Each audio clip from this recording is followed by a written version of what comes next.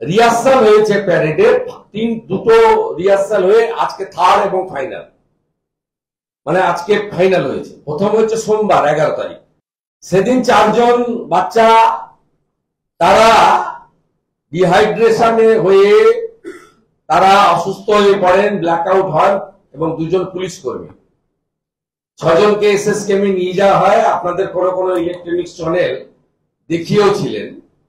আজকেরটা তো বেশি দেখাতে পারবেন না, আমি বলছি বলে হয়তো 2-4 লাইন দেখাতে বাধ্য হবে। ক্ষমার অযোগ্য কাজ করেছেন আপনাদের পশ্চিমবঙ্গ সরকার। সোমবার হওয়ার পরে কোন প্রিকশনারি মেজার নেননি।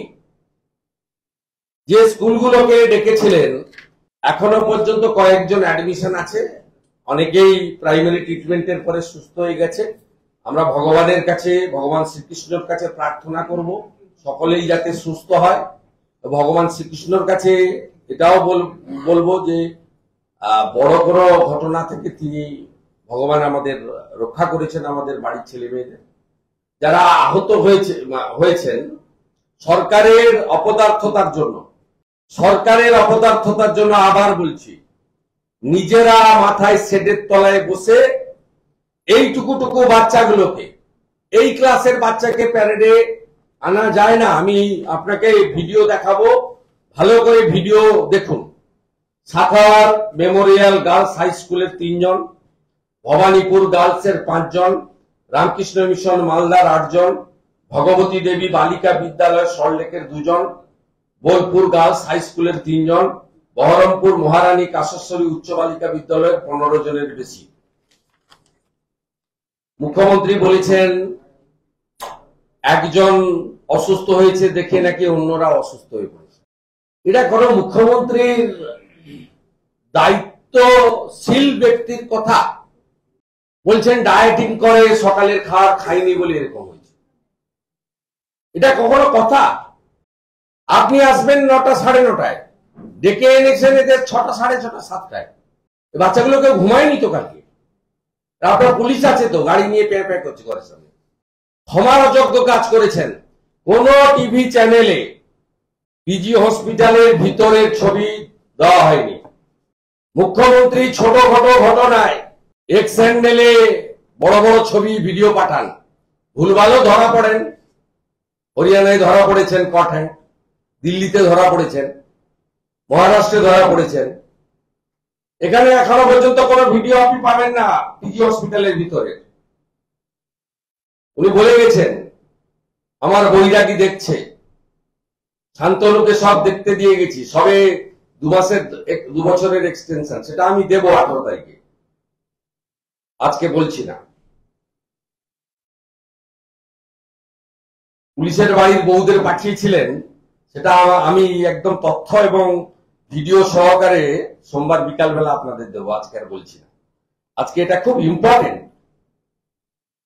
ছোট ছোট বাচ্চাগুলোর দিকে তাকিয়ে দেখুন। যখন মুখ্যমন্ত্রী তার পাশে 2 জন দাঁড়িয়ে আছেন, ডিগি আর তবলা, সিপি মনোজ ভার্মা, ডিজি রাজীব কুমার, হাত নাড়ছেন। বাচ্চাগুলোর কি কষ্ট হচ্ছে।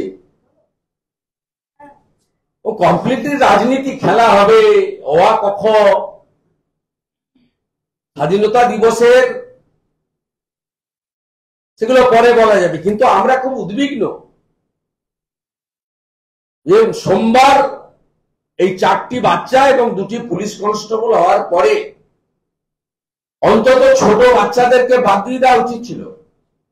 তাতে যদি আরো 2-4টে ইভেন্ট কমে যেত, হতে কি ছিল। পুলিশের তো বিভিন্ন ক্যাটাগরি আছে, তাদের দিয়ে প্যারেড করিয়ে নিতে পারতেন। কলেজগুলো তো আছে কিনা জানি না, ইউনিভার্সিটি গুলো আছে কিনা জানি না, সেখানকার একটু বড় ছেলে মেয়েদের এনে তো করিয়ে নিতে পারতেন। আপনাদের এই যে লিস্টের মধ্যে আপনি যে সত্যম রায়চৌধুরী, মিরাজ শাহ, হর্ষ নেওয়াটিয়াদের সব প্রাইভেট স্কুল দিচ্ছেন, তাদের কাউকে ডাকেননি কেন? তাদের বাচ্চাদের রোজ লেগে যাবে নাকি ওইসব স্কুলে পড়া বাচ্চাদের? আর যেখানে জোর খাটান তাদের নিয়ে এসছেন। দুটো ভিডিও আপনাদের জ্ঞাতার্থে দিচ্ছি। প্রথমত, দায়িত্ব জ্ঞানহীনতার জন্য আয়োজকদের ক্ষমা চাইতে হবে। অভিভাবকদের উচিত সুনির্দিষ্ট অভিযোগ যারা তাদের বাড়ির বাচ্চাদের কার্যত এই বিপদের সামনে ফেলে দিয়েছেন তাদের বিরুদ্ধে করা উচিত। আমরা এর নিন্দা করছি। এই দায়িত্ব জ্ঞানহীন, অপদার্থ, অহংকারী সরকারের জন্য আজকে 39টা বাচ্চা এই ধরনের অসুস্থতার সামনে পড়েছেন। এখনো কয়েকজন SSKM এ আছেন। আমরা দ্রুত আরোগ্য প্রার্থনা করছি এবং এই ঘটনা থেকে পশ্চিমবঙ্গ সরকার, কলকাতা পুলিশ, আয়োজকরা শিক্ষা নিক। আমাদের কাছে না হলেও অভিভাবকদের কাছে, স্কুলের কাছে, জনগণের কাছে ক্ষমা চেয়ে বলুন ভুল হয়েছে। সোমবারের যদি সতর্ক হতেন আজকে এই ঘটনা ঘটতো না। এবং মুখ্যমন্ত্রী মেডিকেল বুলেটিন ট্রান্সপারেন্সি রাখেননি। আমি যেভাবে স্কুলের নাম ধরে বললাম,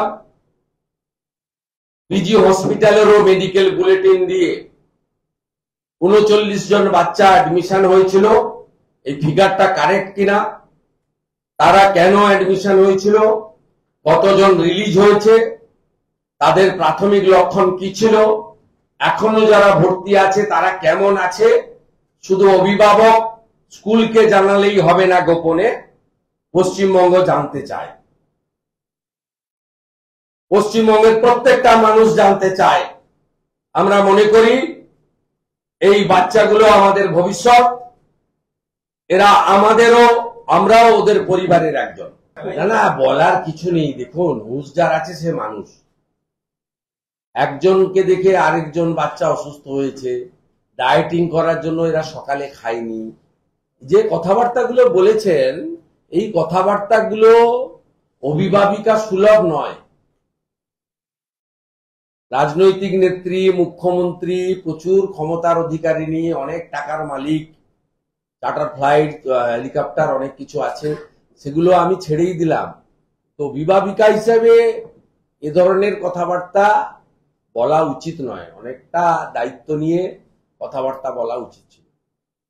আজকে রেড রোডে গান বাজানো হচ্ছে, দেশপ্রেমের খেলা হবে, মাতৃভূমির খেলা হবে। আমি অন্যদিন বলবো। আজকে স্বাধীনতা দিবস, ওনাদের যা রুচি উনি করেছেন। অন্য রাজ্যগুলো পার্টি করেছে, পারফরমেন্স করেছে। দেশের প্রধানমন্ত্রী তার বক্তব্য রেখেছেন, জাতীয় স্তরে কর্মসূচি হয়েছে। আমি বক্তব্যের যার যা রুচি সেইটাই করবে। কয়লাকে দুধে সিদ্ধ করলে তো কয়লার রঙের পরিবর্তন হয় না। আর কুকুরের ল্যাজকে 100 জন 200 জন ধরে টেনে ধরলেও ছেড়ে দিলে বেঁকেই যায়। আপনি যে যাহা তাই তাই, তাকে তো বলে লাভ নেই। অন্য সময় দেখা যাবে। কিন্তু আমরা খুব উদ্বিগ্ন, আমাদের এই বাচ্চাদের নিয়ে খুব উদ্বিগ্ন। আমাদের ভিডিও ভালো লাগলে লাইক এবং শেয়ার করুন। কমেন্ট সেকশনে গিয়ে জানান আপনাদের মতামত। আরও ভিডিও পেতে আমাদের চ্যানেল সাবস্ক্রাইব করুন এবং প্রতি মুহূর্তে খবরের আপডেট পেতে প্রেস করুন বেল আইকন।